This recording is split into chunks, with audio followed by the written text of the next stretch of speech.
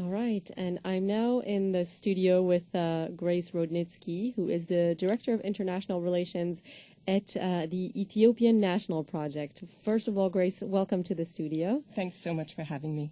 So tell us, first of all, a little bit about the Ethiopian National Project, what it does, and how long has it been in existence?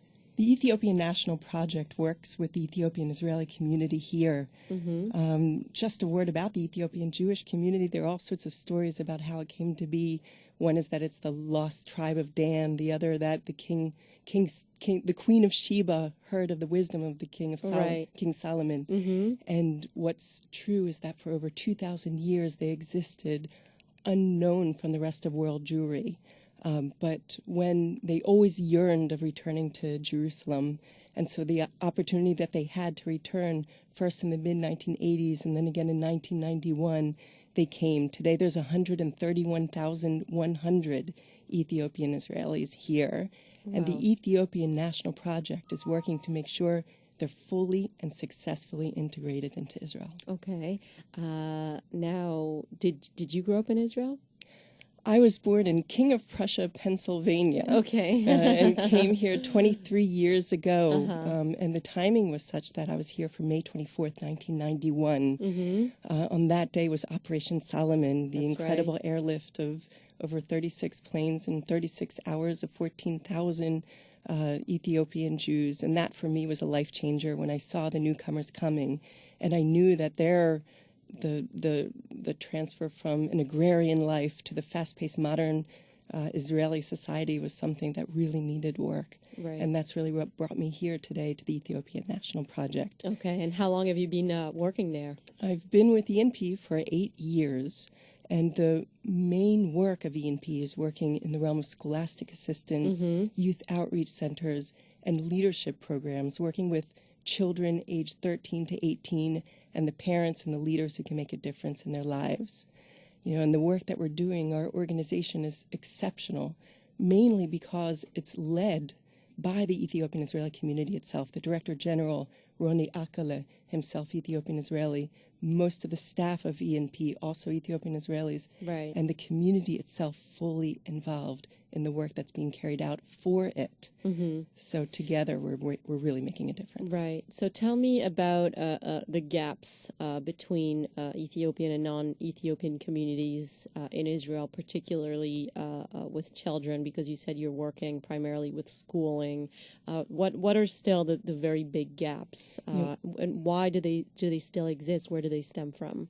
When ENP started in 2004, 1 out of every 4 Ethiopian Israelis were not finishing school in a school that would enable them to get into college or to university.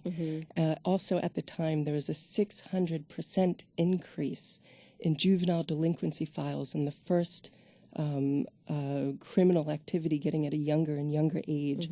So it was clear that something needed to be done with teenagers and with youth. So when ENP stepped in working with the community, everything it did was evaluated externally to determine what the changes were.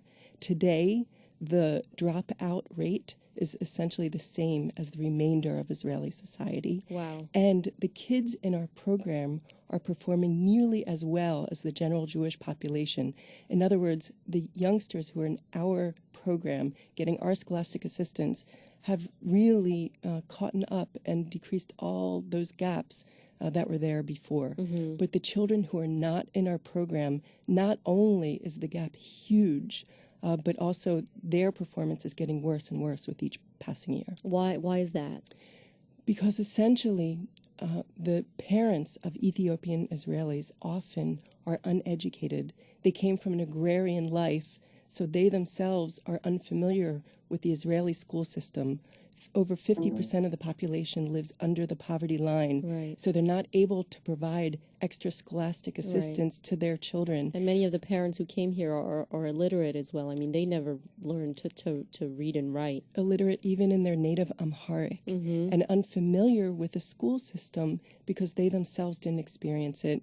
And the Israeli school system is so different than the very few who did have school in Ethiopia. So you have these children going home to a home where their parents are unable to assist them, And you have a competitive Israel where more and more Israeli parents, other Israeli parents, are providing extra assistance to their children. So without this assistance, the gap will continue to get larger, even though the kids have the same potential, but they don't have the same opportunities as other Israeli children. So ENP is making sure that these kids with the huge potential have those same opportunities. It's not something that's needed forever. ENP can cease to exist within a decade. But what's important really is to make that major investment in these youngsters, providing them with what they need so they can excel in school. So how many youngsters do you work with? How many people work at ENP? ENP only has 14 employees. We're a very small organization, but the work that we're doing this year is with 3,112 children. Primarily in some cities, or do you work around Israel? We're scattered in 27 different locations throughout Israel. But our goal is to get more and more children in our program. Every child in our program, the cost is just $1,000 per year for one child.